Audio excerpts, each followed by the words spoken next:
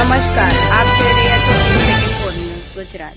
સુરત શહેરના વરાછા પોલીસ સ્ટેશનમાં નોંધાયેલ મારામારીના ગુનામાં નાસ્તા ફરતા આરોપીને ઝડપી પાડતી સુરત શહેર SOG police commissioner Shri Anupamsinh Gehlot સાહેબ નાઓએ સુરત શહેરના પોલીસ સ્ટેશનમાં નોંધાયેલ ગુનાઓમાં નાસ્તા ફરતા આરોપીઓને પકડી પાડવા અંગે આપેલ સૂચના મુજબ સંયુક્ત પોલીસ કમિશનર શ્રી ક્રાઇમ નાયબ પોલીસ કમિશનર શ્રી રાજદીપસિંહ નકુમ સાહેબ એસઓજી નાઓના માર્ગદર્શન હેઠળ એસઓજીના પોલીસ ઇન્સ્પેક્ટર નાઓની સૂચના મુજબ એસઓજી દ્વારા કામગીરી કરવામાં આવેલ છે।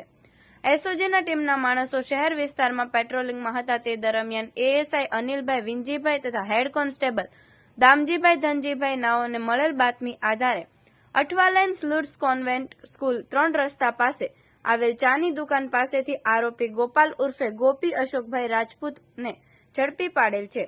મજકૂર આરોપીની પૂછપરછ કરતા હકીકત જણાઈ આવેલ છે કે આશરે 4 માસ અગાઉ પોતે ભરતનગર સરકારી સ્કૂલ પાસે આવેલ ચોપાટી પાસે બેઠો હતો। તે વખતે તેના મિત્ર ઋત્વિક અને રવિ તેમજ યશ રાવતભાઈનો ઝઘડો થયેલ હોય જેઓના સમાધાન માટે ગયેલ તે સમયે બોલાચાલી કરતા હતા। તે દરમિયાન એકબીજાના ગાળો આપી ઝઘડવા લાગેલ, જેથી અમે પણ વચ્ચે પડતા અમારી સાથે ઝઘડો કરવા લાગેલ તો અમોએ ભેગા મળીને ચપ્પુ વડે માર મારી ત્યાંથી ભાગી ગયેલ હોવાની હકીકત જણાવેલ છે।